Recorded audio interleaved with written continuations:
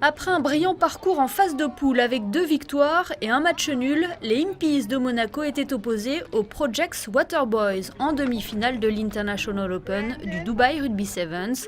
Cette équipe écossaise est ni plus ni moins le vainqueur de l'édition 2017.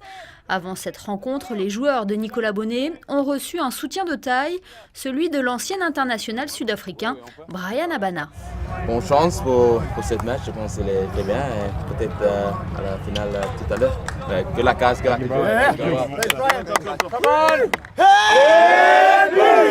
Je connais quelqu'un qui fait l'entraînement avec cette équipe, quelqu'un qui joue aussi.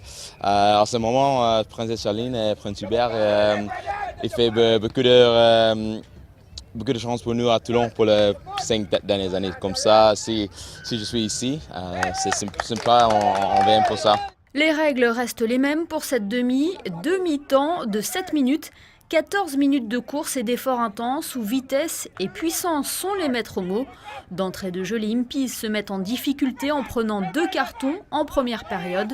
Malgré une belle détermination, les Impies ont du mal à faire la différence face à des Écossais qui s'entraînent tout au long de l'année ensemble. Ils s'inclinent 29-0 aux portes de la finale. Le bilan reste néanmoins plus que positif pour une deuxième participation à ce tournoi.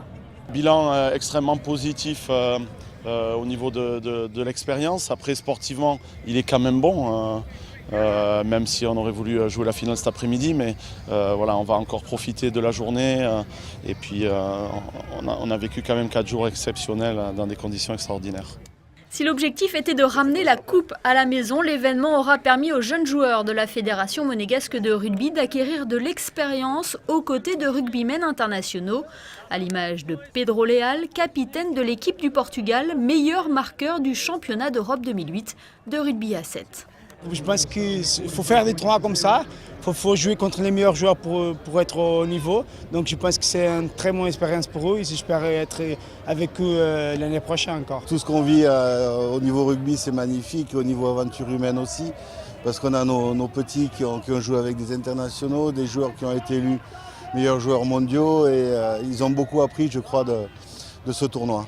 Et lors de ce tournoi, les Impies auront reçu de nombreux encouragements, comme notamment celui de son Altesse Sérénissime la Princesse Charlène, du Prince héréditaire Jacques et de la Princesse Gabriella.